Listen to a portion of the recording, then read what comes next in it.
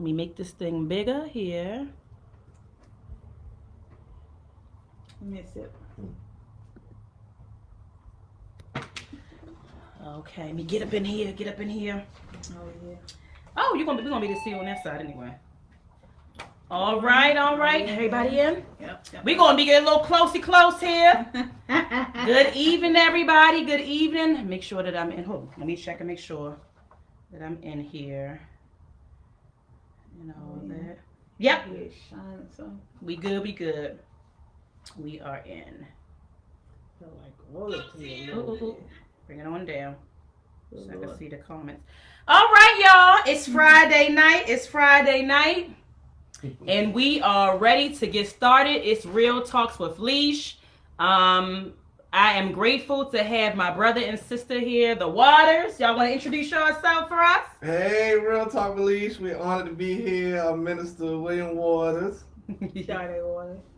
And, you know, we're honored to be here and glad for the invite. Glad to hang out with our sister. Yes. Always have a ball when we hanging out with the Wallaces. Always. All right. So I wanted y'all to just, if you don't mind, just tell me how you two met. Okay, so we met technically in the spring of 2005. 2005. I was working at Petco at the time. And me and my cousin, we was doing a side hustle where we would set up fish tanks for customers. And he knew her older sister, Monica. He knew her. They from back in the day. My cousin knew her sister. So, and I knew her sister too. You know, from him. So she was kind of like, you know, big sis. Okay. So she and Dottie was working together at the daycare center that Nick had in Alameda Shopping Center. And she had a fish tank she wanted to get set up. Okay. So we came, set it up. Yeah.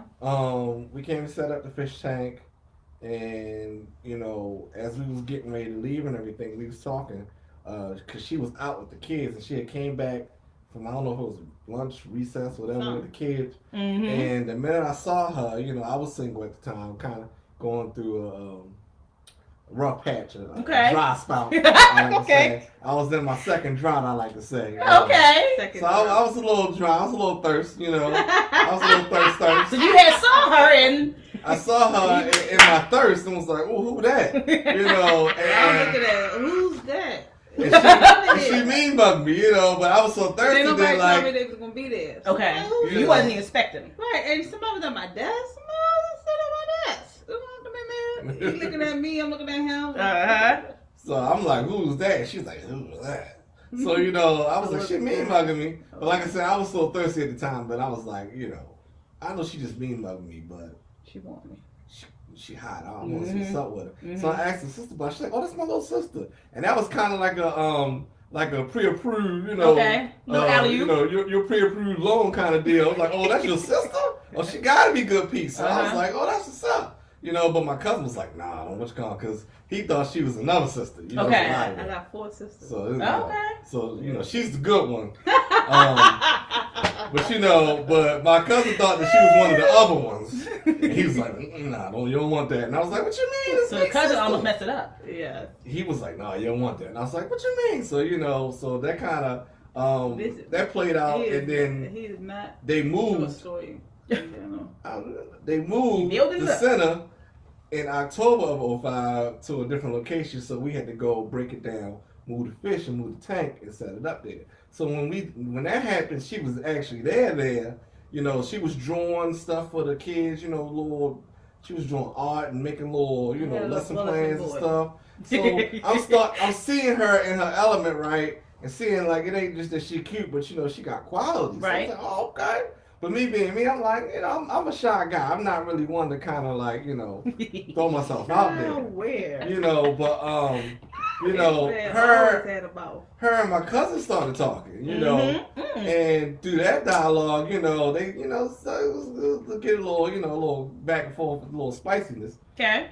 A little spiciness. And me and my cousin was super close, and I always kind of was like his little brother. So I always jumped to his defense for something, and I kind of inserted myself in their conversation to be, you know, like inappropriate. You know, inappropriate in an inappropriate way. It was Okay. you know? And I was supposed just to because you want to be seen. right. yeah, you know, like the conversation was already inappropriate, so I figured like, well, all right, this is my chance to throw my hat in the race. So you know, I was like, you know, what's up, you know, and you know, kind of was like a thing, but I was intentionally putting the information out there to see if she would take the bait, Right? And you know, and the conversation kind of, really, you know, it kind of went, and then after that, then I, you know, I got the courage to be like, you know, what's up, you know, I'd like to take you out and all that. And she was like, well, I got a boyfriend, you know, we going through some things right now. Loyal. You know, but, you know, that's what's up. You know, but if we wasn't going through, you know, if I wasn't with him no more. That was a nice response. And it did two things. It gave me a super respect for her. Yeah. Because of the loyalty and the honesty. Because she could have just took my number like, well, whatever, you know, people do it all the time. But at the same time, I was kind of crushed because I was like, oh, man. So, you know, in the midst of that, like I said, I was thirsty. I was, you know. So in the midst of that, I was kind of in my feelings for a minute, and I didn't go back. I was assigned to clean a fish tank on a monthly basis. This is October. Mm-hmm. So November came around, I didn't go. December came around, I didn't go. He was upset because I shot him down. I was like, I don't want to talk to her. I don't want to see her. So, you know, Christmas came. Take me off the list. Yeah. So do not call this. You know, so Christmas came, and my cousin was like, what's going on with you in the center with the tank with Nick? You ain't been over there. I'm like, nah, I get to it. He's like, no, man, it's been a while. You know, you got to go over there and service it. And I'm like, I don't want to go over there. Like, you got to go there, you know. And I'm not telling him why, but I'm like, So I said, all right, I'll do it, you know, the first of the year, you know, January 1st. So, you know, January 1st, I went to the center, and I'm like, all right, I'm going to, you know, I ain't going to say nothing to her. I'm just going to go in here, straight business, take this, you know, clean this tank out and go. So that's what I did. I came in, synced the highway, was like, went, cleaned the tank out. I was almost done. And filling the tank back up with water, you drain it and then fill it, and that take a little process, right? So take your time. So while that's happening, she come up to me and was like, "Oh, by the way, me and my boyfriend, you know, we're not together no more. You want to call me, you know?" And gave me the center number, and I was like, "Oh, I had a phone in my apartment." I started landline. Not the work number. The work number. Yeah. So I had reach from between 9 and 5 at this point. Exactly. My office hours is 9 to 5. At least you know she'll always be there. I was young. But you know what? That worked out. Yeah. Though. I'm gonna tell you why it worked out, because where she was at in her life, she was kind of in between her wild child stage and her wanting to settle down. Mm-hmm. But me being able to, like you said, hit her at those hours, we talked like every day for like hours on end, Monday through Friday, like hours, right? And we built a rapport. It wasn't just like, oh, let me try and get the box. To the point, he bought me a little flip phone so he could talk. No, you skip the story. We can't get a whole version. I'm gonna get there. So we was talking, but we was just friends, right? We was just friends. We was just friends, and I wanted to talk to her on the weekends. So I was like, look, this ain't gonna work. And I had two phones. I had my phone, and then I had the work phone for, you know, the business, you know, the fish business. So I'm like, I ain't really, you know, whatever. People can call me on what's going. So I gave her the work phone. You know, it was a prepaid joint, but you know, I was like, yeah, take that, you know, and you know, that way I can talk to you, and you know, and then you have a phone when you're home, you know. And it wasn't no strings attached, like, oh, don't be talking about niggas. I was just like, look, I gave out number out of people. You know what I'm saying? Like, I just see the need, and I met the need. Like, look, she need to phone. And the thing about him is that I was getting over a relationship, so I was talking about the other guy to him. Okay, so he was more so a friend. Yeah, so he was a real friend. Yeah, you know what I'm saying? And he didn't judge me when I was telling him everything I was going through with the other guy. I never had a guy friend that I can talk about another super guy transparent. with. So you know what I'm saying? That's the thing about him. Him and I, we always go about each other's passes. We go in deep detail. He was talking about his son's mother. I was talking about stuff because I was coming out of an abusive relationship at the time, and just trying to just process stuff. And he was coming out of a toxic relationship with his son's mother, and both of us was at a place in our life where we just was just tired. Yeah, you know what I'm saying?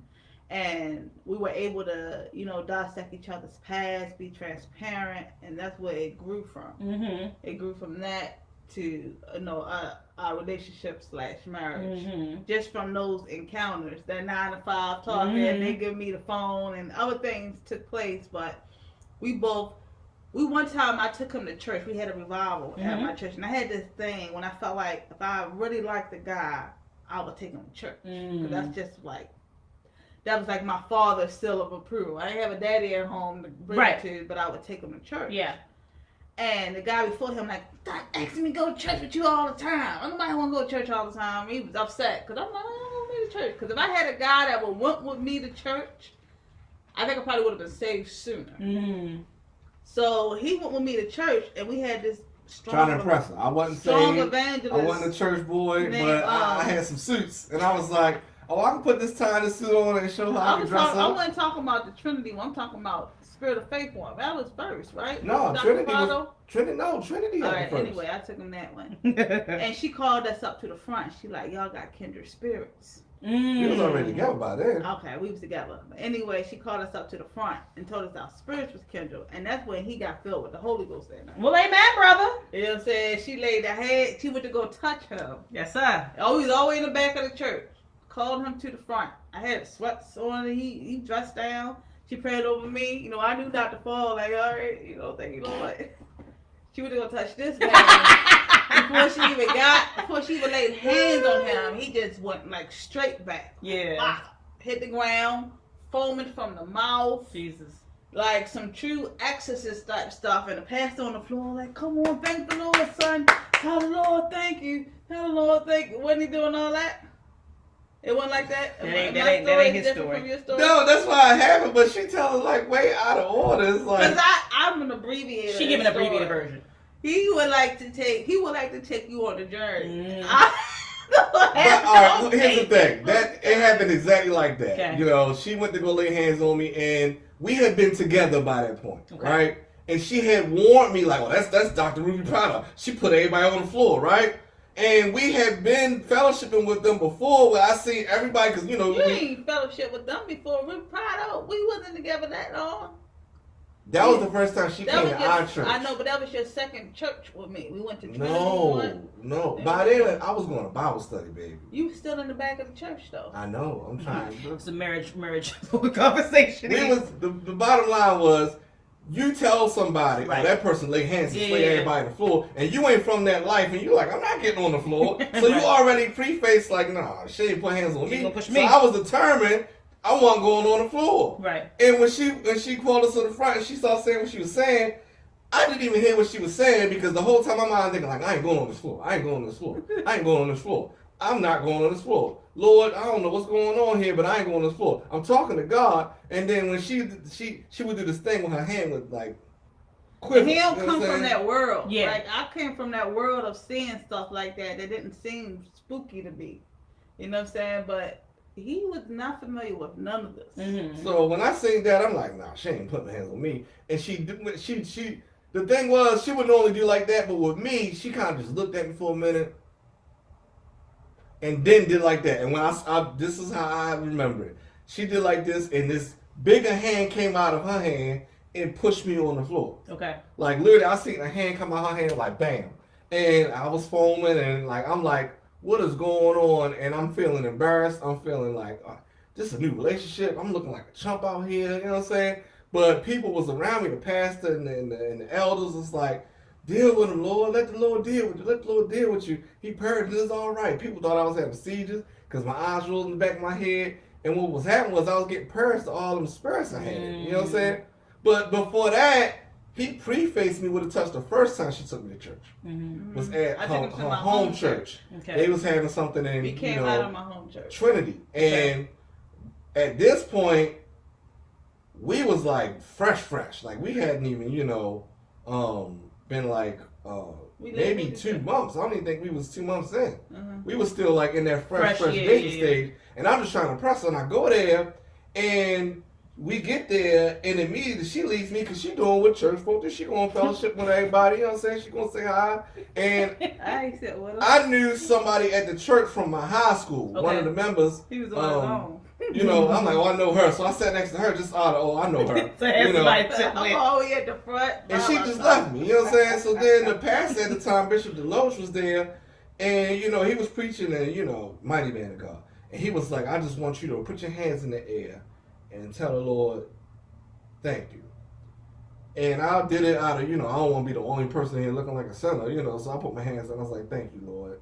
Thank you, Lord. And I was saying it out of, you know, accommodation. But something was on the inside happening to where I started saying it and then I started crying. And I didn't even know why I was crying. I'm like, why am I crying? Yeah. The Lord was touching me and I didn't know why. Didn't even know, yeah. And then I'm trying to stop it when service is over. I'm still crying and she coming over and I'm like, so she don't see you crying. I don't want to see me crying. And it was like, I stopped crying long enough to meet Pastor Steve. I said hi to him and then we got back in the car and like at this point in my mind I'm thinking this relationship's done. She gonna be like, here, whole clown over here. And I ain't gonna never talk to her again. Right. And I'm like, I don't know why I'm crying like this. And she touched my hand and said, it's all right. It's the Holy Spirit. I don't know what the Holy Spirit is. But like, just, it was, the thing that won her to me was always her reaction to me. Okay. You know, it was never judgmental. It was never looking at me in a certain way. I outside of the smiling thing, because that was a big issue at first. She was like, why you smile so much? And then I took it to my mother's house, right? I thought I did. I took it to my mother's house, right? And she seen my brother's prom picture, because my brother took me to his prom right after me and my baby mother broke up, trying to get me out of the depression. And, you know, I was like, you know, all right, I'm here, but I'm still kind of... So I had the mug on, you know, I had the... we was gangstered up with the brim hats and all that. This was like the Tupac... You know what I'm saying? Which calm era, so we got the red and black on looking like Death Row. And she looking like, oh, okay, all right. I like that. And ever since then, it was like, all right, you know. Yeah, Lord.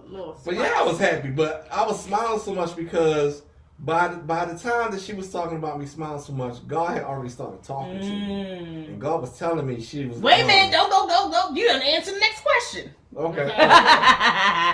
but that's the good thing about the conversation. They flow. Yeah. So that's what I was going to say, because when you mentioned how you guys met, you weren't in church at all. No. And you was in church, right, Darday? I wasn't. No, I was there was out of obligation. You was obligation. But when you guys got together, you started going together and all that. Yeah. So I wanted to ask the next question is, when did you know this is the person I want to be with the rest of my life? It was... everything happened so fast for us. We started dating in January, February. We started talking January. Yeah. We made it official Valentine's Day. Hold up. He moved in March. Found out I was pregnant in June. Mm-hmm. He proposed in August. Mm-hmm. We got married the following Wow. So a lot of stuff happened very fast for us. You know, I didn't want to get married the first year I was pregnant. So I can't say that I was like so far into the future to say, oh, yeah, we're going to spend the rest of our life. God gave me little bits at a time. Okay. But you knew. He know he going to be all right. I knew early on. He got you. He started, because I had so much doubt. Yeah. I didn't have a lot of examples to look to. I didn't have a good track record with men, you know, especially coming from not having a father in the home. So it wasn't like I had a strong belief system that when a man said he's going to do something, he's going to do it. Right. You know what I'm saying? So I was there, you know, I knew he was a good guy, you know, and I was thinking, all right, he working, he a good guy, he ain't putting his hands on you, you doing what he's supposed to do, all right, you got something to work with. You know what I'm saying? So I'm working with what he got to work with. And then as time started going on and God started opening my eyes to the type of man that he was, then I grew an even deeper appreciation for him. But I had a lot of stuff I had to get past. Me and him both did healing in our relationship, healing from our past while we was in our relationship.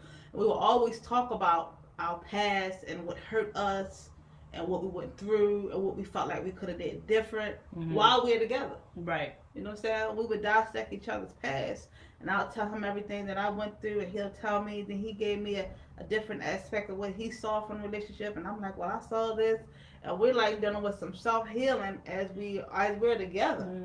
So I wasn't all the way in the future. I was there, but I wasn't in the future he knew. I knew early on because he was coming off of 2 years of celibacy. Okay. You know what I'm saying? No. That's Yes. the 2 year.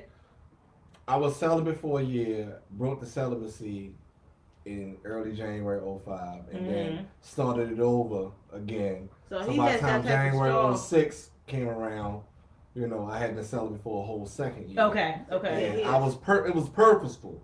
Yeah. It wasn't just like, oh man, Because he had a things conversation drying with up. the Lord that I wasn't You know part what of. I'm saying? It wasn't just like things just drying out. I mean, it kind of was, but there were situations where it was offered and I didn't partake because in my mind, I had a conversation with God after, me and my son's mom broke up, and then I had another serious relationship after that with somebody that lived out of town. Okay. And then, that I was scared when that happened, and I didn't want her, because she had a child, to move and relocate for me, and it don't work out, and then I feel like, oh man, she did all that for me, and then now I got her down here. So I started talking to God about purposeful dating. You was preparing before. Yeah. Wasn't at all. Wow. And what happened was, because to kind of be transparent and set the story. Sure. I've always been a guy that wanted to be married. That's what I wasn't that kind of guy that wanted to go smash everybody and just go have a bunch of notches like that. That never kind of like comprehended for me. I've always kind of been wanting to be monogamous. I did my dirt. But I've always had serious relationships. Right. And 9 times out of 10, in those relationships, I was looking at it like, am I going to spend the rest of my life with you? And if I seen red flags and things I didn't like, sometimes it'd be petty stuff. But in my immaturity, you ain't the one. So what I did was I had a conversation with God and was like, especially with my son's mom, she had good qualities, but a lot of red flags that I ignored because I was trying to make her be the one. I wanted to be a family man. Yeah. I wanted to be a father. She had kids already, and I took to them, and want to make it work. I wanted to make it work, and then I started saying to myself, "What is wrong with me?" So instead of me kind of like, because I've always been self-aware, so I just kind of stepped back and said, "All right, God," instead of me kind of keep trying to put a square peg in a round hole. Instead of me trying to make somebody my wife, I want the person that you made for me. Because I don't go to church, but I believe the word. I believe God is real. I believe Jesus is the Son of God. I read the Bible, So I believe in the word, and I believe when it said, when a man find a wife, he find a good thing. So I'm like, I believe your word. So clearly, if you had Sarah for Abraham and, Rebecca for Isaac, there's somebody for me, who's my Ruth, right?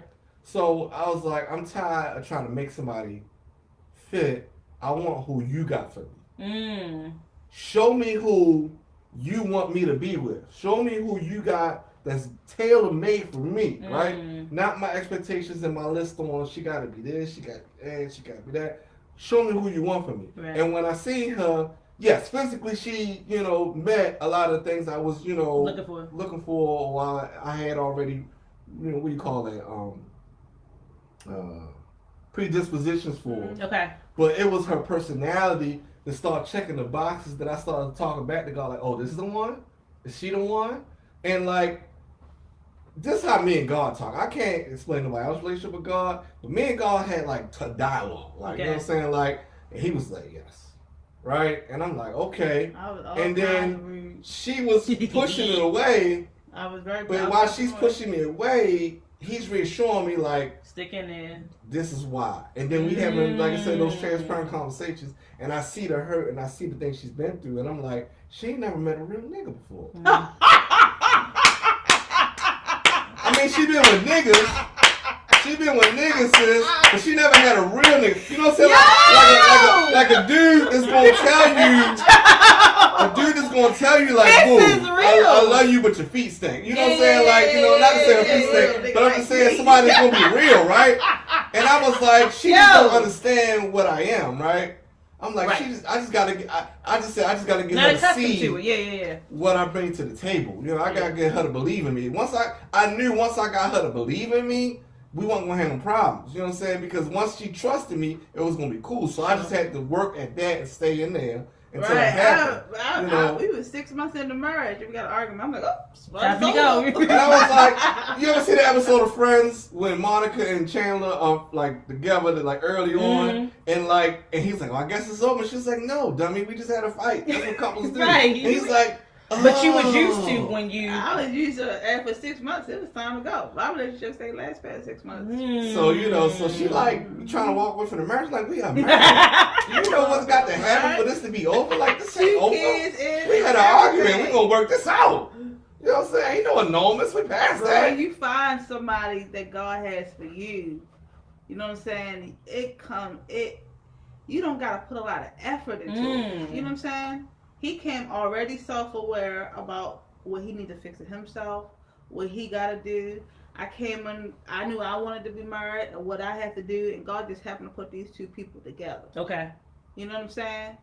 And with everything that you are, you don't have to change who you are. He didn't have to change, but we built on who we were. Right. And we changed it because I felt like it was something that was detriment to our relationship, and I changed it. He ain't had to make me change. Right. You know what I'm saying? And God just happened to, God put us together. It wasn't something that I could have did on my own. You know what I'm saying? I didn't have no conversation with God. He had a conversation with God. Right. You know what I'm saying? You did, not in the same way, but you had a conversation with God. I had a. See, his conversation was audible. Mine was just feelings. Okay. I went off of how I felt. Okay. All right, Lord, I feel this. Because like you told God, I told when God you got pregnant. Oh yeah, because I was smoking weed for a while, right? I had that was my thing, and I told God I ain't gonna stop smoking weed till I get pregnant. You know what I'm saying? I didn't know that was coming soon. You know what I'm saying? And I ain't only got pregnant with one. I had got pregnant with 2 kids. So I'm like, all right, you know, and I got just for the record, you know, all our kids been intentional. I mean, it is what it is, you know. Yo, they being real, man. No, you know, I knew what I was doing. We didn't plan on twins. That wasn't like you couldn't plan that out. I just was like, I just knew like we gonna have kids because in my mind I already knew I wanted to marry her, right? And not to say I was trying to trap her down, but I was trying to trap her down. I mean, I was doing things to get trapped, but you know what I'm saying? He was trapping me, but he couldn't trap me unless God. Now, mind you, I was in other relationships that I was being intentional, and God just didn't allow it to happen. Yeah. But everything that happened to us, God wasn't. There are no coincidences with God. Right. Sometimes we could try to think that it's things that we're doing or trying to feel like we can manipulate God to do what we want him to do. But God has a reason for everything that happens in our life. Everything is predestination. You know what I'm saying? Everything that happens to us, God already foreknew it. But even the decision you made for it, he foreknew it. You know what I'm saying? And I think the biggest key to a successful relationship, especially in Christ, is you got to know that God, when God's in it, and you got to step outside of what society think and start having that conversation with God, like having that time out on the play. Go over here and have that coach help to be like, all right, God, is this you? What's going on? Like you were saying earlier. So that's what I'm going to ask you too. So did y'all ever have a time in your relationship when you were dating that you asked God again, was this it? Before you went forward? I knew from the day I met her she mean mugged me. But it was something in the way she mugged me that God like kind of put his hand on my shoulder like, calm down. And then the second time we met and we was, I was talking nasty and she was kind of like, inappropriate. But she wasn't like turned off about it. It wasn't like, oh, you just disgusting pig. So I was like, okay. And then, you know, when we would start talking, when she gave me the number to call at the center, I was like, I honestly at this point was like, she mad cool, right? And while I was at my life, I wasn't trying to have no more friends. You wanted somebody loyal. And I wasn't trying to have no more female friends. I had a bunch of them that I got friend zoned with, right? Okay. So I wasn't trying to get friend zoned again. But even though I had my mindset, I ain't getting friend zoned again. She was just so cool that I was like, you know what? If that's all she gave me, I'll take that because she's so cool and she's so genuine. I know when she tell me something about the next person, she's gonna be real with it. You know what I'm saying? So I wanted more, but I was willing to kind of just accept being a friend. But he told me, he was like, you more than a friend to her. And I just had to keep trying to say she's just a friend. Was it woo? I kept trying to woo her. Oh, yeah. And the first time we were supposed to go out, she stood me up. Okay. I ain't gonna go into the whole detail because it's a lot. Yeah. But she stood me up and I was about to write You her was off. hard, sis. I was about to write her off, sis. I was like, because the thing about me is I don't deal well with rejection. Yeah. So I'm not gonna sit around and be a punching bag. You know, like you got one time on me. You know what I'm saying? So that stood up to me was like, all right, this is a rap. I used to say it to her all the time. You a bluffing McMuffin. You know, so that's what the homies used to say. You know what I'm saying? You know, we out and then you call a girl like, oh, I'm trying to come through, and she's like, oh no, oh she bluffing McMuffin. Mm-hmm. So I was like, oh, she bluffing McMuffin me. And I happened to be at work the following bad. Monday. I don't feel bad, but I felt bad this time. This must have been before I gave her the phone.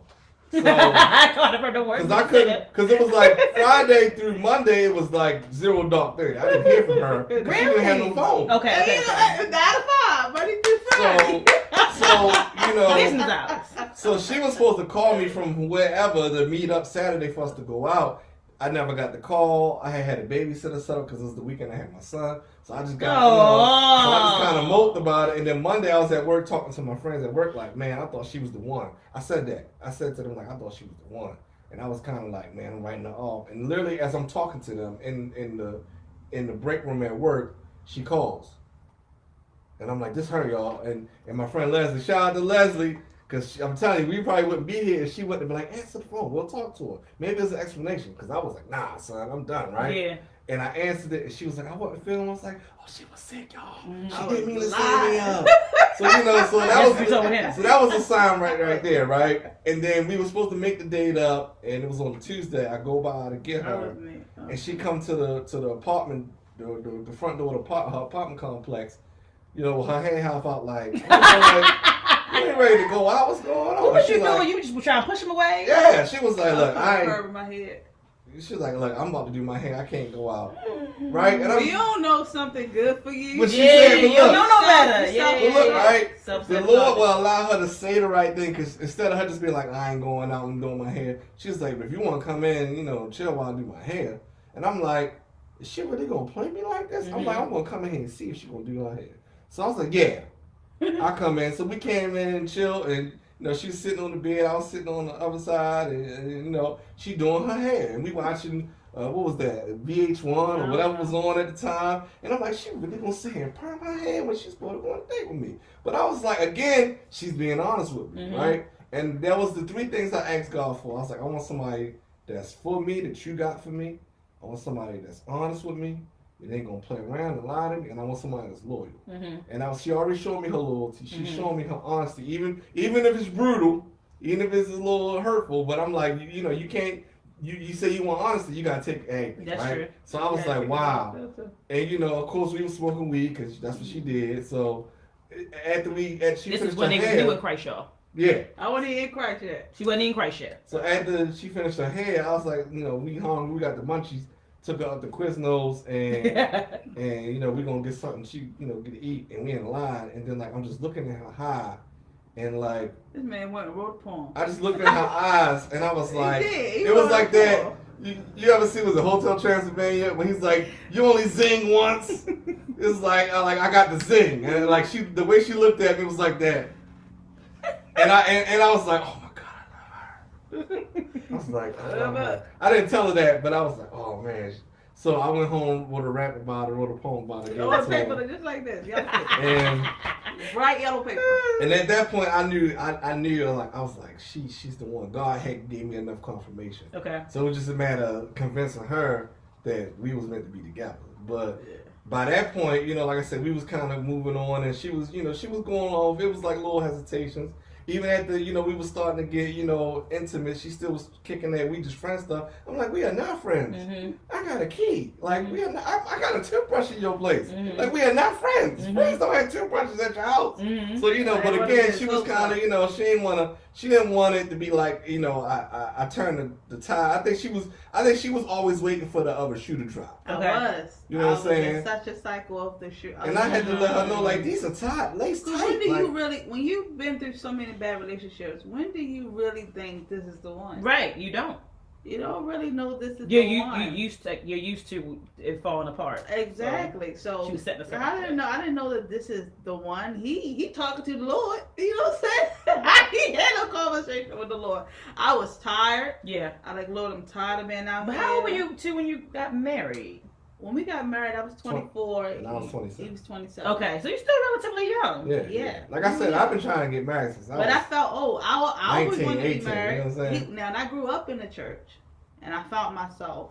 Once I had the choice not to go to church anymore when I was 19, it's like I got on a diving board. And did everything you want to do. Into sin. So I was out for 4 years, sitting and thought I was winning. You know what I'm saying? Sitting and not winning. Till I found this guy. You know what I'm saying? And me and him got saved. But isn't that interesting though? So when you found him, he wasn't in church, but you guys came to church together, found Christ together.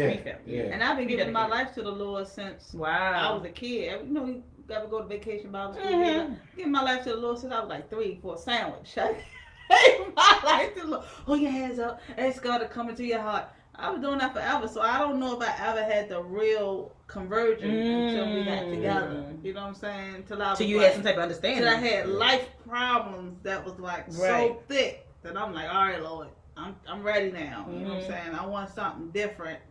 And, you know, he happened to be on the ride with me. You know what I'm saying? Yeah. And I wasn't like, for me, on the other hand, I had an understanding, or at least in my mind, of God being real and who God was, because I knew the word. But I had a problem with religion. I had a problem with church because of where I came from. You know, coming out of the Catholic situation. You know, it's a lot of beat you up if you ain't all the way in, or if you ain't doing X, Y, Z. You know? And something that always stuck me when I was younger, we was in Bible study. This was like the Helping Up Mission Bible study they had down in Baltimore Street. And we was in Bible study, and it had to been like around Easter time, because we talking about Jesus and, you know, the cross and everything. And I'm reading the scripture where it's describing him in his head, his complexion. And I'm looking at, you know, like Jesus, you know, and I'm like, something, when I'm reading and what I'm seeing ain't adding up. And I asked the Bible study, which is an old white lady, and she did what, you know, she know to do. Oh, that's the devil. Like, why?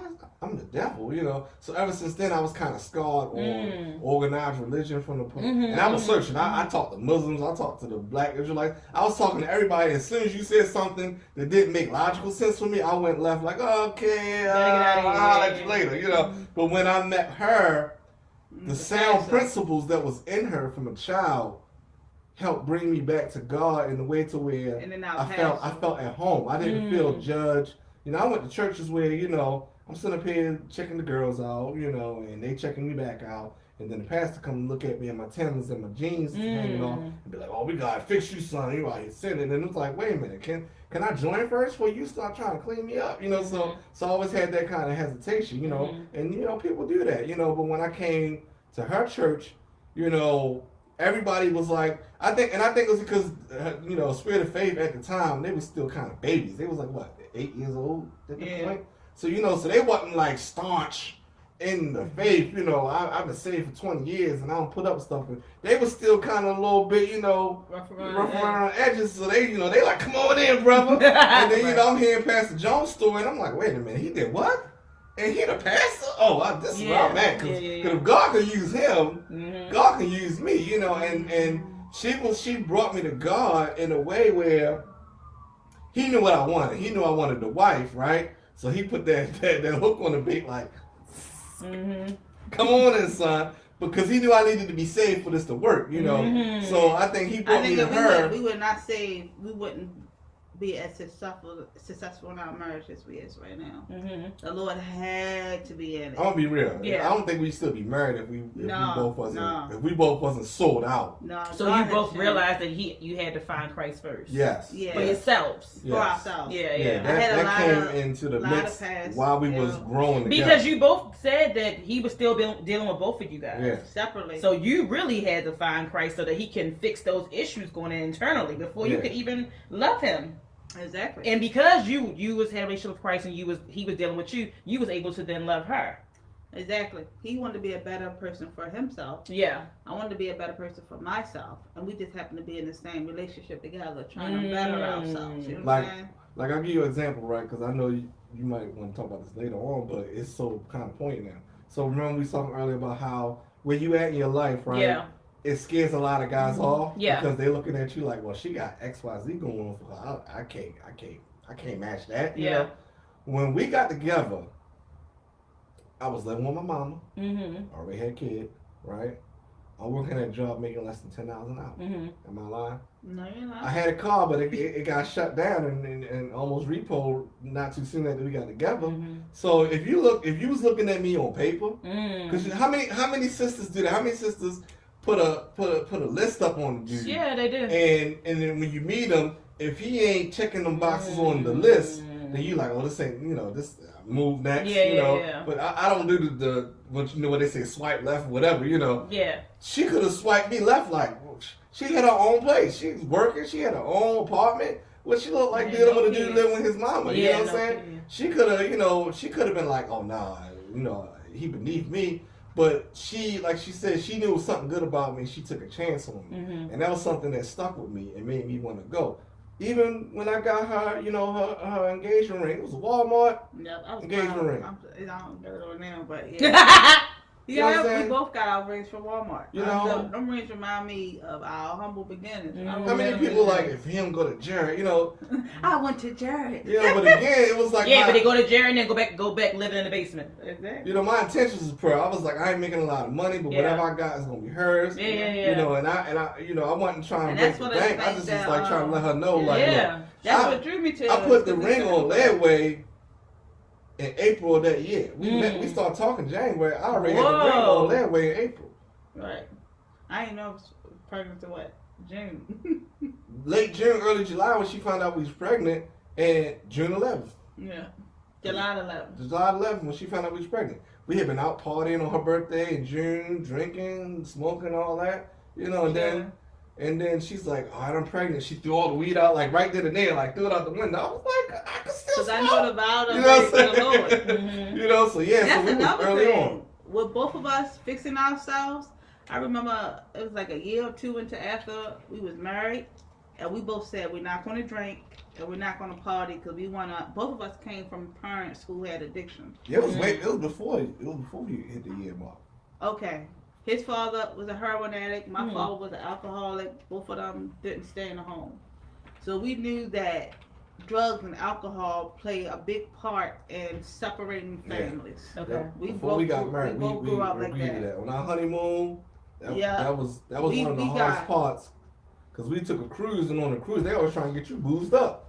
And we just want a soda. It's like $5. I'm like, $5? Yeah. So we made an agreement with each other that we were going to have a sober marriage. Not only we made an agreement, we held each other accountable. Because this one time, I just kept telling myself, all right, I wasn't going to smoke again because I knew that was my kryptonite. But I'm going to have a drink. I'm going to have some champagne. I could do a little bit. I could have a little bit. So I went to this baby shower, and they had some spiked punch. I came back with my little red cup thinking, oh, he gonna laugh. He got a little drink. He was like, no. He like, we made a commitment to each other. Why do you feel like this is okay? And the Lord allowed him to convict my heart so bad that I never did it again. You know what I'm saying? I stuck to it. If he would have never held me accountable to the commitment that we made with each other, I would have did sister, what you call I would have did a lot more compromising in my salvation walk. And some people, so I'm not going to judge them for what they do. Right. But we come from bloodlines that you just can't do a little bit. It's already in your blood, coming from parents that are addicts and family members that deal with a lot of addiction, and you thinking I can have a sip. Right. Or I can have a smoke and do it a little bit, and then before you know it, you full blown back out there. You know what I'm saying? So when we made that decision that we weren't going to be drinking or smoking anymore, like everything we do is going to be completely sober. Because it's the enemy to have you thinking that you can't have a good time unless you're intoxicated. So we held each other to that standard in our marriage that we were going to have a sober marriage, and we were going to bring our kids up seeing sobriety in a household, and not seeing a drunken parent or a drunken, things that come along with addiction. You know what I'm saying?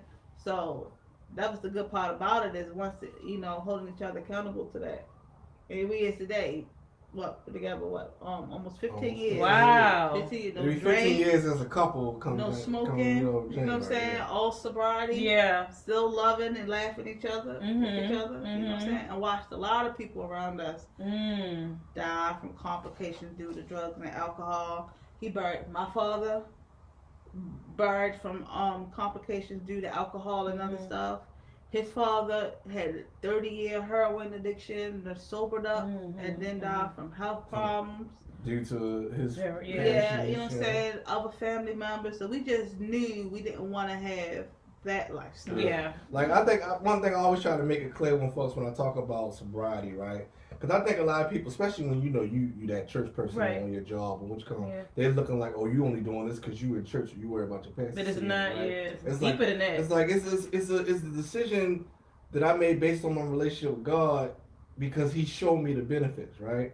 You know, when I had got promoted to the store manager at Petco, and every year the store managers would go out of town for the summit, right? And the first time I went out of town, I was so excited because I helped train a lot of the managers. I helped work with them and help them get their promotion. So it's like, I was finally, at the big boys team, and I went out with my bosses and, and colleagues and, they went out and do what they do. And then at the thing, it's like, you can have one drink.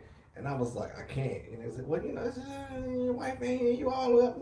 And I'm like, look, the person I would become if I take that drink, you don't want around. Like, y'all see Jokey Will? Y'all don't want punch drunk belligerent Will. Like, I was a horrible drinker. You know what I'm saying? Like, that person that don't know when to stop. You know what I'm saying? Like the person that like they gonna throw up. That was me. You know what I'm saying? I didn't know how to stop. You know what I'm saying? I was the liability. You know what I'm saying? So it ain't just like because I'm saved and I'm in church. I'm gonna try to be a good Christian. It's like I got delivered from because I realized it was bad. You fight so much to build this person and just let somebody just come and just take all that one away. thing to turn. Yeah. When you're doing all this work, you know what I'm saying, of trying to be a good person, trying to get away from your past, and then you get around people that want to pull you backwards, and you allow them to pull you backwards, take away all your progress. Yeah. You know what I'm saying? So sometimes you be on an island by yourself. Until God send you people like-minded like you, just to help build on where you at.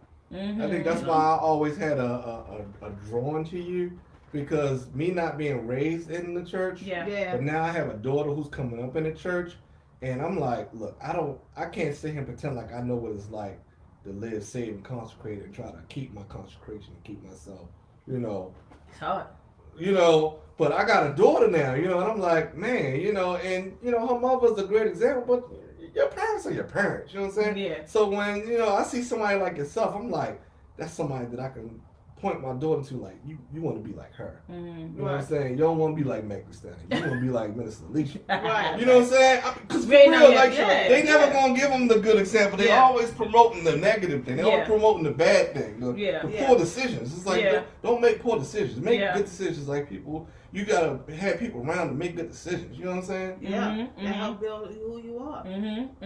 So that's what I was going to ask. The next question was going to be, how do you find those people that are like-minded as a married couple? You know what I mean? Because maybe before, when you weren't married, you had a bunch of friends. Then you get saved and you got married. How do you find new friends as a married couple? What do you do? I mean, we was alone for a while, to be Okay. honest. Okay. Now, we had other friends. I mean, you know how you compartmentalize your friends? Yeah, definitely. We had friends that we knew we can have a laugh with or we can hang out with, but they couldn't so into our lives. You know what I'm saying? We couldn't be around all the time, so we were kind of alone for a while. Yeah, because you be real with yourself, especially in Pentecostal life. If you ain't from that and then you get into it, it changes your whole life dynamic. And I'm not saying I did it like in a malicious way, but you got to cut folks off sometimes. Yeah. It was like, I love you, but what you're doing ain't conducive to what I'm trying to do right now. Exactly. So you start kind of like keeping people at bay. Like she said, I can hang around you for a little bit, strong enough. but I can't go around this one because they was the one that was with me telling me to do the baddest thing. They was the worst influence. That's how I'm the youngest of 7, and my sisters have this strong. They all strong-minded. You know, and they always feel like they had to tell me what to do. You know, and it was to the point because none of them are living the same life that I'm living. And I had to pull myself away from them because I wasn't strong enough to tell them, no, I ain't going to do that. Or was that hard to do, though, for your sisters? Absolutely. Yeah. Absolutely. You know, I had to have the goal in mind. You know. The goal in mind was the, you know, that and it was enemy God tried to first. make her feel bad about it because they would start calling her name. They start calling her little Earl. I mean, they did that growing up, you know. But like, it was a serious, like, holier than thou. You know, or you think because you Jesus. saved now, you think you better than us. And it's like, nah, she's just trying to raise her kids right. You Even now, and you know, me and my brother's not getting along because I don't let my children sit at night over people's houses that are not child friendly, not smoking and drinking. Yeah, definitely. But they don't understand. They don't understand that, and to him, it's a total disrespect. He can't that my daughter can't be in his stay the night in his house because he smokes.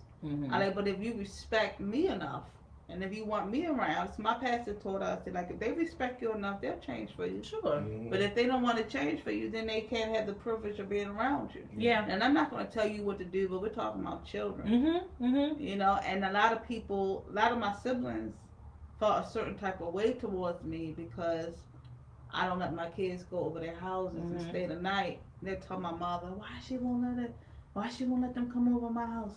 You know, well, my kids ain't going over her house. You know, and I'm like, I'm fine with that. Even my dad, before he passed, I'm like, you're not bringing no cigarettes in my car. He's like, but I'm your father, I don't care. You're not bringing no cigarettes in my car. It's like, you got to be firm. Yeah. Now, I'm not trying to tell you how you should live.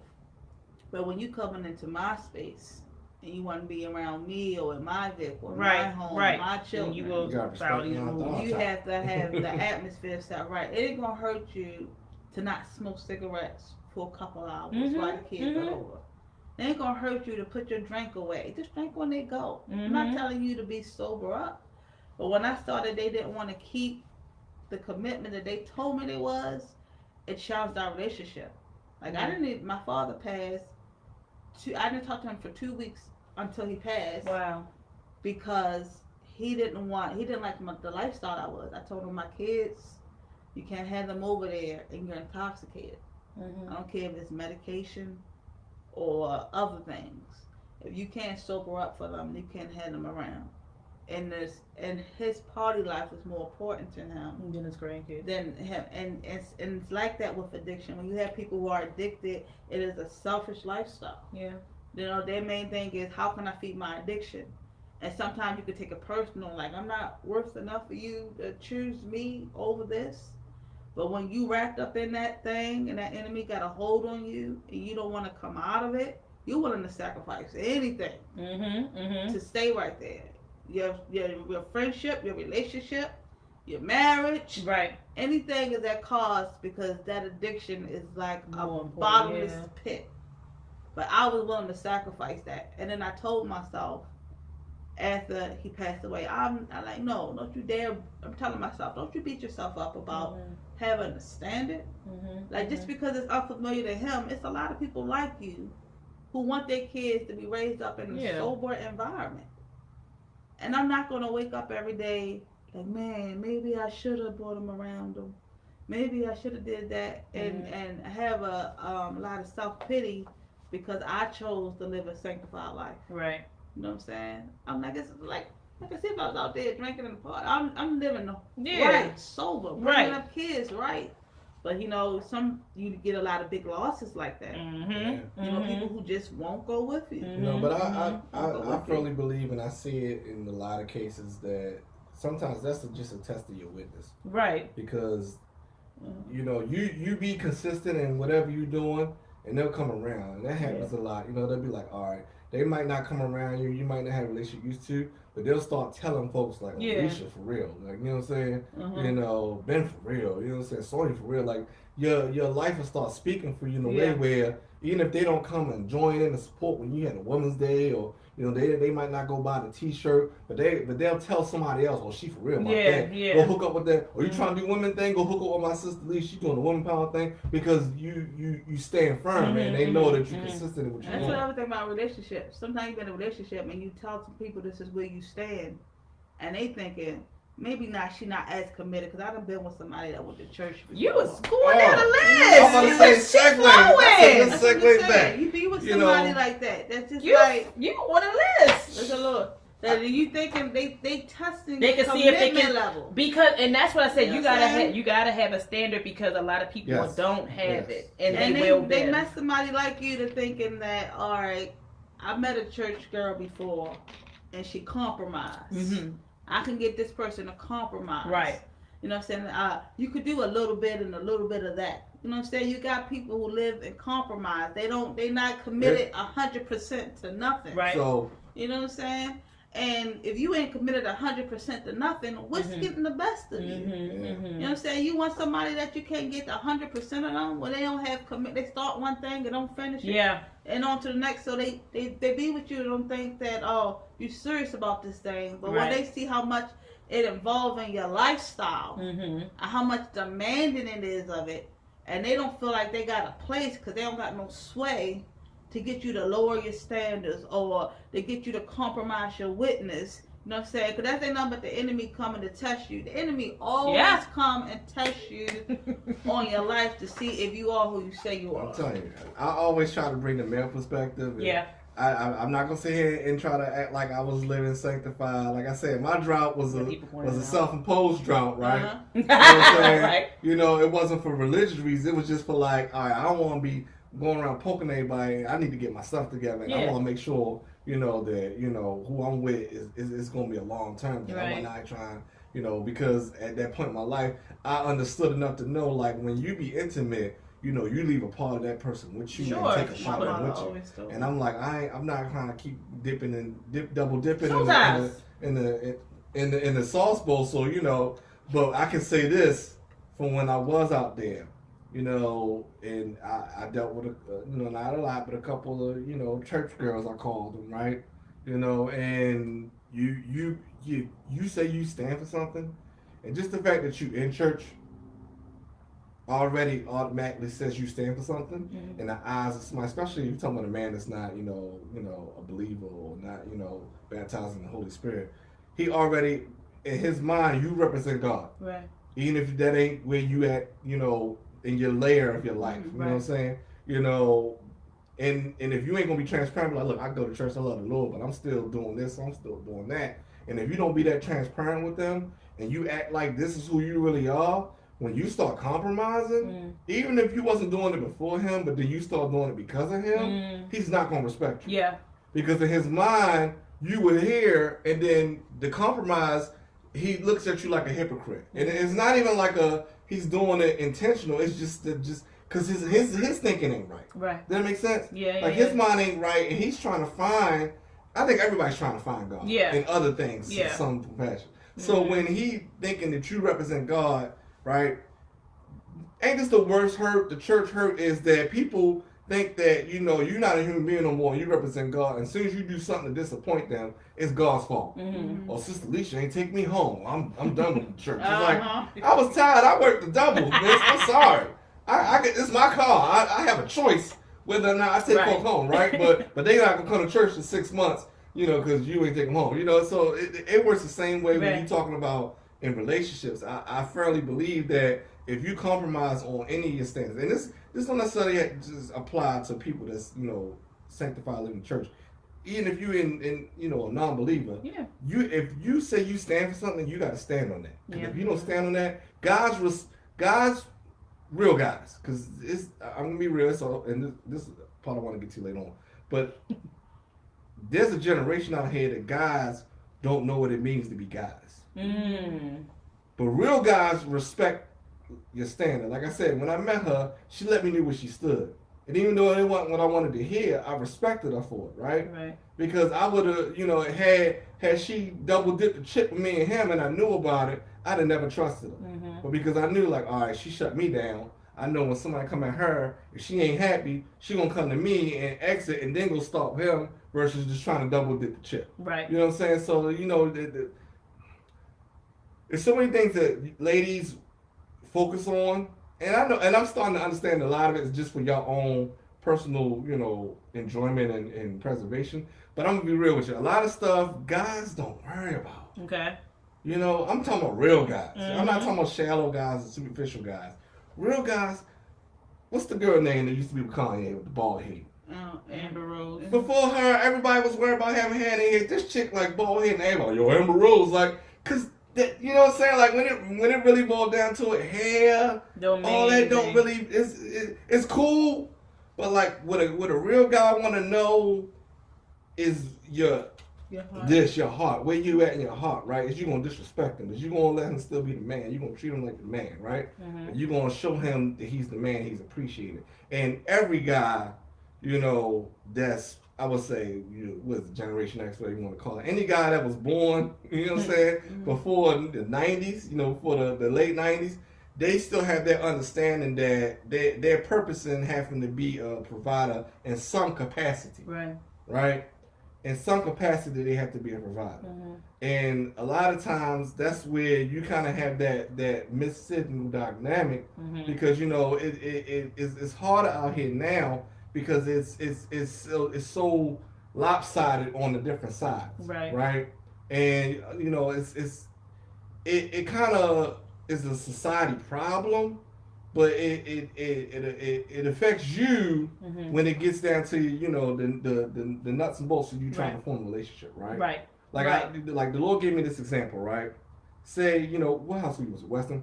Randallstown. Randallstown, okay. So you went to Randallstown High, right? Mm-hmm. You and 9 other girls you went to Randallstown High with, right? And, you know, y'all all smart, dynamic black women. And 7 of y'all go to college, right? You know, and one of the 7, she go all the way down to East Shore. This is a long story, but it's going to make sense. Just hear me out. If the Lord didn't give it to me, I wouldn't say it. Right. So 10 of y'all, right? 7 go off to college, right? Straight from Randallstown. 1 of y'all go all the way to Eastern Shore because she got home problems. She trying to get away. Right. I'm not trying to go nowhere near. Run away. You know, near my home. So I'm going all the way Eastern Shore. I'm going where my parents can't just get up and come see me. I'm living in dorms. I'm buck wild. That's my life, right? You know, 3 of them don't go to college. 1 of them, you know, she want to be a hairstylist, so that she go to hair school, right? The other one, she meeted, you know, one of the guys y'all went to school with in high school. He go to the military. She go follow him, right? They Colorado, they whatever, right? They doing a military family thing, right? Then the 10th girl, she's the party girl. She's the F up, right? Everybody know her. You know, she just keep partying. She don't have no plans. She ain't trying to take nothing serious, right? You know, she out there just, you know, sitting like she winning. But the other 6 of y'all, right, that's still here, y'all all go to Coppin. Okay. Right? And then even in that 6, right, it's 2 of y'all that's the PK kids, so y'all really bond, right? Y'all really hang out. The other 4, they go into all the parties and stuff. Y'all hang out every once in a while, right? But y'all kind of like stay just the 2 of y'all, right? One of the other 4, she gonna get married now after y'all done graduated. You know what I'm saying? Y'all got y'all degrees. Y'all getting y'all work. You know what I'm saying? Y'all in y'all career field. Right. And she get married to her college sweetheart, right? Now, she asking you to be in the wedding because you church girl, right? And I want you to be in the wedding because you know it's going to make me look good, right? So now you at the wedding, right? You done focused on college, then you focused on getting in your job and getting your career, right? Now you at the wedding and you riding solo, right? And you're like, oh man, now you starting to think about like, oh, you know, might be time for me to, you know, want to get somebody, right? On the other hand of that spectrum, right?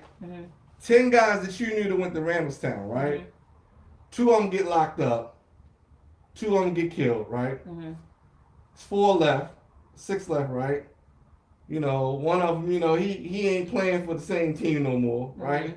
It's 5, right? You know, 1 of the 5 is the guy that went to the military, right? And, you know, he offered her, you know, you do the math, it's 6 of y'all with degrees. Not even including homegirl that went down to Eastern Shore, right? Maybe 2 of the guys from the 10 went to college. Maybe 2, because that's the statistic, right? You're talking about real life, right? How many guys go to college versus women, right? So now y'all come back, and when it's time for y'all to kind of get into that dating sphere, y'all, what people will say, are not equally yoked. Based on society standards, right? Because these dudes, you know, the ones that went to college, you know, one of them marrying the homegirl, the other one, he the playboy, you know. And then the other 2 guys, you know, one of them work at the post office, the other one work at Jiffy Lube, like I said, you know. They're getting in where they fit in with the lack of, education and experience that they had, right? And now you come to the place where, we come together and, not saying you per se, but if I got my degree in my own place and all that, and he, still here making minimum wage or whatever, right? I'm gonna feel some kind of way, right? And he feels that. He feels that, and he gets that response a lot of the times, right? So now, even though you got it going on, you off the table for him. Because in his mind, I don't match up. We're not equally yoked. What she need me for? And a lot of women do that. A lot of women don't let a guy feel needed. And if he don't feel needed, what's the investment for him, right? You know what I'm saying? If you got a microwave and you never use it, you know what I'm saying? So that's how a guy needs to be useful. He needs to be needed. And if he doesn't feel needed in a valued way, if it's just like, oh, you're taking advantage of me kind of deal, right? That's a whole other problem. But if he don't feel needed and evaluate, that's a wall that disconnect that stops relationships from going. And and part of that is how society tells us to view each other, how things going, right? Because let's say while you was in college, the guy Jiffy Lube, he doing his Jiffy Lube thing, right? And he don't want to go to school, but he having Jiffy Lube, right? Nobody's gonna tell you that you should, in the middle of like getting your degree, marry him. Nobody's gonna tell you that. Maybe your mom or your dad, right? But even then, usually like, oh, marriage, you need to get your degree first, right? You need to get your degree first, right? But y'all are on the clock. Right? And then y'all taking 6-8 years off of y'all clock to focus on your career and your education, which is a good thing, right? But the question that I always say to myself is, why can't you do both? Not you, but just say as a society, why are we not teaching our young people that? Why are we telling them to do everything but get married? Why are we telling them to do everything but look for a purpose dating? Why are we telling them go off to college and be buck wild because this is your time to be buck wild and live your life and enjoy your youth? And that's like the prime of your life. You know what I'm saying? Any other culture, that's the prime years. You know what I'm saying? Well, homeboy said that the other day. Remember? We was watching the thing last night. I think that when it comes to, dating, especially in the black community, black women are already at an unfair advantage because it's already lopsided with the availability and then the choosing of options. If you have a mindset that you're going to not look at this dude as a viable candidate because of the way he's at in life, you ain't got a lot to pick from. I agree with that because when I looked at as far as for him, no, he didn't have a good job, but he had a heart to sacrifice. If you have a guy and he only have $10, but he's willing to sacrifice that $10 to make sure you have everything you need. Right. Now imagine him with $10 million. So if you have a guy with potentials to be a great person, you have qualities that you can't buy in a person. You have a person who is giving, a person who is kind, a person who's willing to sacrifice of their time, of their self.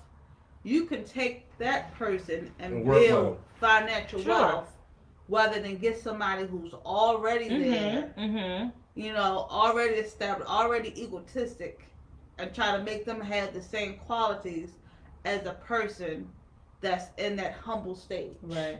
You know what I'm saying? And that's what happened with us. I always knew it was something good about him because he always put my needs before his own. Right. But on paper, you know what I'm saying? I ain't had nothing going on. I mean, if you're looking at me on paper. Yeah, he always, made sure that I was good. You know what I'm saying? He washing my dishes. You know what I'm saying? He came in showing his characteristics. I'm like, wow, he's really a good dude. He kept telling me, I'm going to get you a house one day. We married. We're going to have a house one day. We had a lot of humble beginnings where people around us were vacationing. They were going on trips. And we just grinding. Like, we saving our money. We're going to get this house. When we were in that house program for 3 years. Waiting on the Lord for this blessing.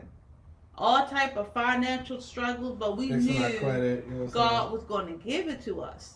And we were willing to suffer not being able to enjoy our youth. So you can get what you like, you know what I'm saying? We should be taking Instagrammable pictures or doing stuff to create stability for our children. You know what I'm saying?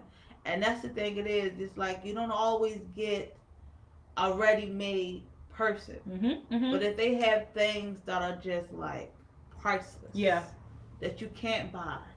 You can't buy a good heart. You can't buy somebody that's willing to sacrifice themselves. You can't buy a peace of mind. You can't buy those things. Ugly will become pretty real quick. I would take somebody who society considers, they're not attractive. Because a nice heart will turn any outer appearance good. You can look at a girl that's supposed to be considered the best looking girl, but as soon as she opened her mouth, ugly. She turned real ugly and real nasty, real fine. Yeah. But then you look at a girl who got this fine guy, like, oh, how she getting him? You know what I'm saying? He don't see her the way you see her. Right. You know what I'm saying? Right. So if you got a basis of where to start at that you can build upon, stuff to me, like financial stuff, you know what I'm saying? It's stuff that you can gain. And I'm not trying to say you gotta have somebody who don't got their stuff together that's showing they're not trying to keep a job, because that fall with under the basis of you're not willing to sacrifice nothing. Because I don't care if you're the manager at McDonald's.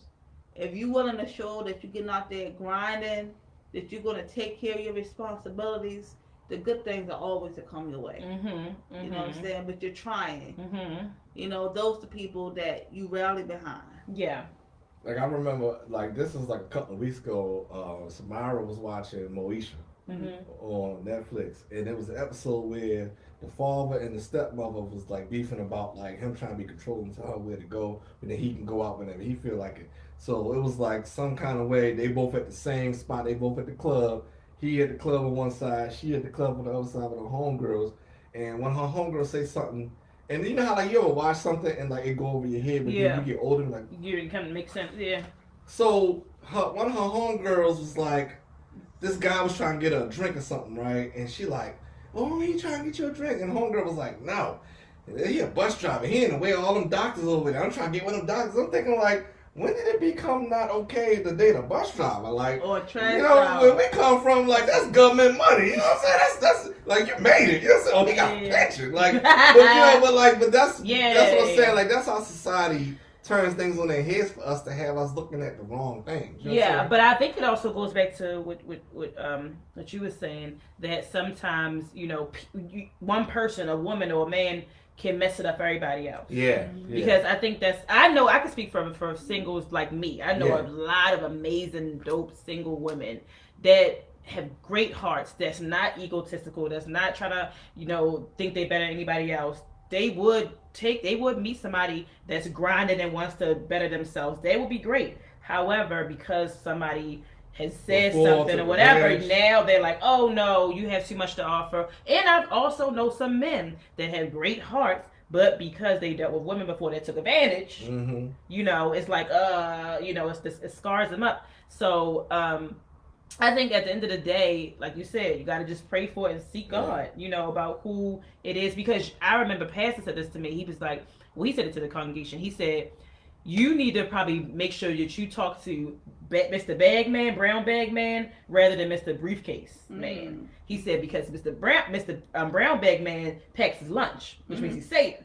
Okay, I don't need eating every day. You know what I mean? Like he could be going home to a big house. He could be catching a train to save money, so he don't have to drive downtown every day. Because I thought about that. I'm like, you know what? If you look at your doctors and nurses and lawyers, they don't be out there spending their money like that. Nah. They be in that lunchroom, eating their lunch. You know what I mean? Bringing that bag and all that stuff. They not out there at the Panera, at the Quiznos, whatever. Like we be doing. We be at that, spending $25, $30 for lunch.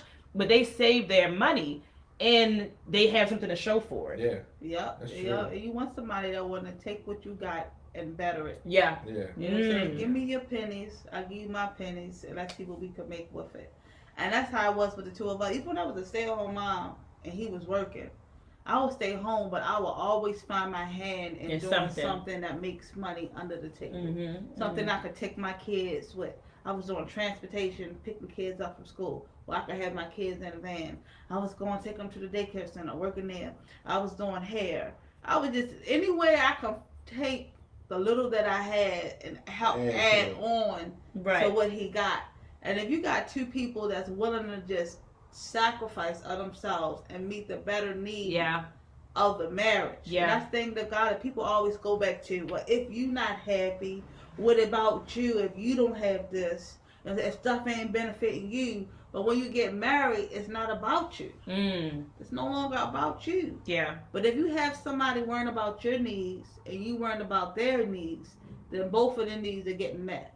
You know, I'm not sitting here worrying about what do I need to feel better in this relationship. Because I'm going to be all right. I'm worrying about, all right, what he needs. Right. To how he going about his job. Making sure he's okay. Making sure the kid's okay. In return, he's doing the same thing for me. I didn't even ask him, do what I do. You know, but when you're around like-minded people, you know what I'm saying, that's about the same goal, you come under the same roof. We're about the same. We could bring our ideas to the table. Before we make an agreement or something that's asking more for us, we come to each other first before we give somebody a yes. You know what I'm saying? We come, oh, how do you feel about this? That's good. You know, even if I don't, he have a firm no. Yeah. And I'm like, why you gotta know? I don't go past his no. But we sit there and talk it out until I get to the understanding of why he has a no. And that go back to the early stages. We was always talking. Yeah, we like that. We about the better team. My thing is they're not gonna come against the team. Yeah. Even with our children. Yeah. Let's take a step back. Me and you talk, have dialogue until we can figure out. Even with our parenting, we grew up different parenting. I said I want to do this, and he said he want to do that. And I explained to him why I had the mindset of wanting to do this, not just this is what I'm doing because I'm the mother and I'm here with them. You know what I'm saying? I bring him along with me, and our thing is we're growing together. Yeah. Right. You know what I'm saying? So everything we do, we try to do intentionally. You know, we don't try to do nothing that comes in between the two of us. Even if it's my family. Well, let me ask Will first. Right. I make it a point to That's show the teamwork, and no matter what it is. And don't be afraid, like Paul said, you know, I hate the those scriptures that Okay. get which come, but don't be afraid to count everything you have as dumb. Because a lot of guys, like she said, a lot of guys have a mindset, and they go back to that, okay, you know, you on a shelf now. Because a lot of guys have a mindset that they want to build with their special person. The person that they see themselves spend the rest of their life with. They want to build an empire. You know what I'm saying? They want to build an empire with you. You know, if you the person with the ideas, they're not gonna be egotistical. I'm talking about a real guy. They'd be like, oh, well, I want my mixtape to happen before, you know, he gonna get behind your stuff, because a real guy that's really into you, he want to see you laugh. He want to see you smile. Better. He want to see you better. He wants to invest his time into making you better and achieving your dreams, because again, it go back to that purpose being needed, right? And I think a lot of things that the generation now, especially the single, has to do right now to kind of course correct is that purposeful dating you was talking about. Right. Purposeful dating. Just like don't be afraid if you talking to somebody and y'all on a date, you know, you ever hear somebody say like, oh, marriage, that's like not first date talk. Why not? Right. Like, well, you know what I'm saying? Like, you know what I'm saying? Like, marriage, where do you stand on it? Yeah, I'm not saying we got to get married so that next should be week. a first conversation. You know, why not? Yeah. All right, think about it like this, right? You go to a car dealership, right? And you looking to get a car, right? You're going to talk about everything that you want in a car and everything that car's supposed to have. You're not going to go there and buy a car and not know if the radio works. Or if it's Sirius XM or Bluetooth compatible, right? You're going to know all that before you sign your name on the lease, right?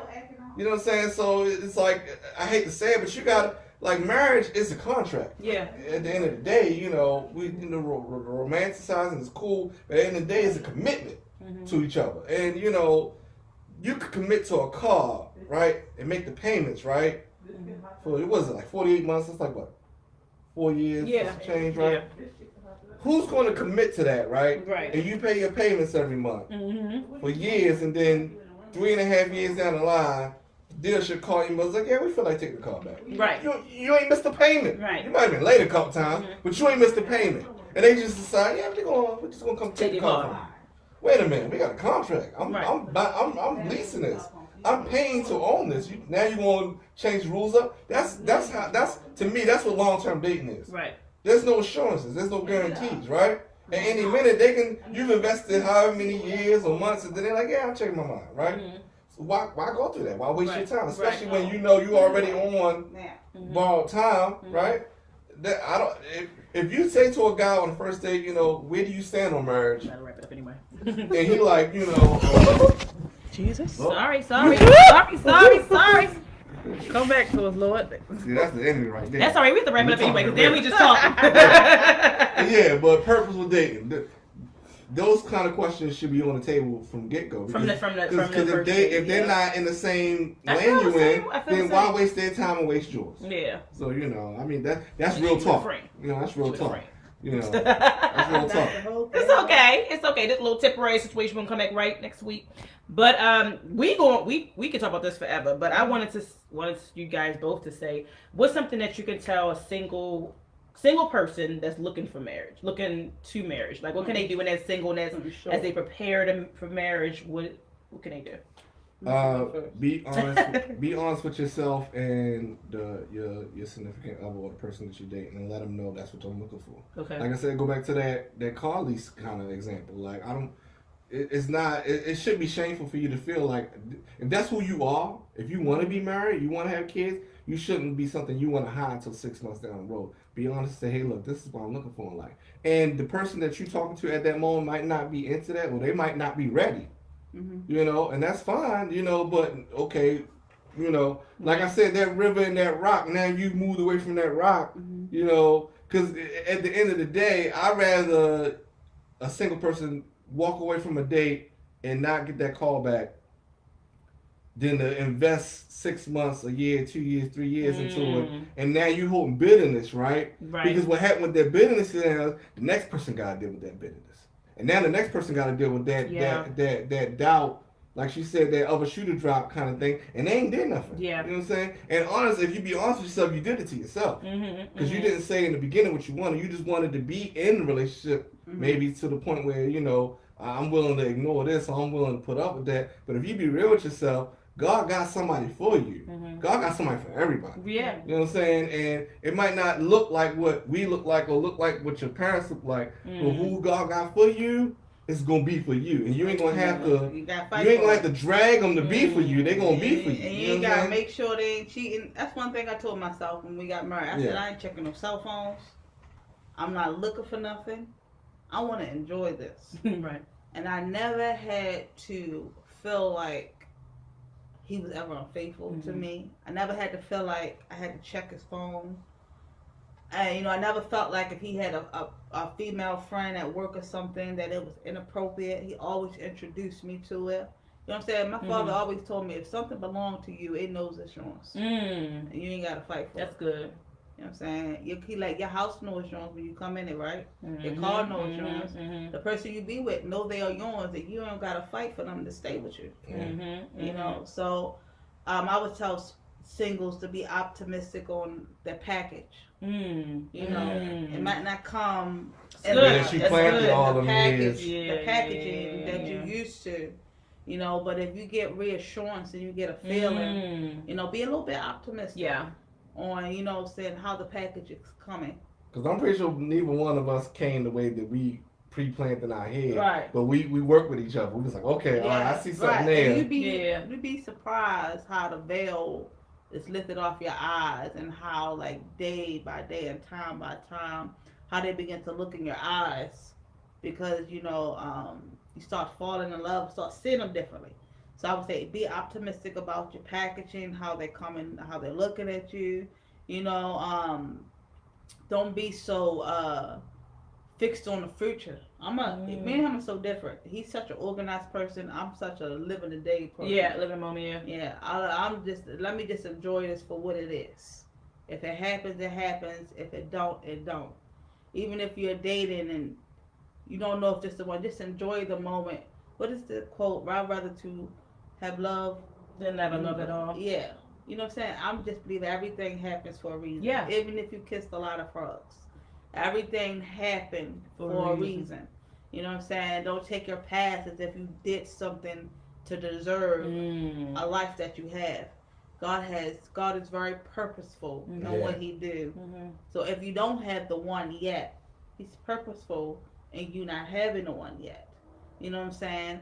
And doesn't mean you're going. God is a desire that everybody be fruitful and multiply. Sure. You know what I'm saying? So He has somebody out there for you. Mm-hmm. You know, but if you just having conversation or you just going out to eat, enjoy it for what it is, and it will reveal itself to you Mm-hmm. if it's the one. Mm-hmm. So you don't think that they should, be able to talk about the Yeah, everything with me and you, everything you said, talking about the future, and still enjoying the moment. Yeah. Right. You letting him know on the table, hey, this is how my future look, and this is what I want, but I'm enjoying this dinner right now. Mm-hmm. Right. I ain't saying you the one. I'm just telling you what I want. Right. You know I like what how she put that. I like how she put that. Mm-hmm. That was That good. That was good. Well, all, this was a good conversation. We're going to go ahead and wrap it on. Thank you guys. We had people come in and come in and come back out, but I know a lot of you guys probably going to catch the replay. Yeah. So if you have questions that we didn't answer or want to, let me get back a frame. Something you want us to talk about, just put it in, send us an inbox message. I'll tag both of y'all in there too. So. Yeah. All right. Thank you guys for joining us. Thanks, guys. Real talk with Lish.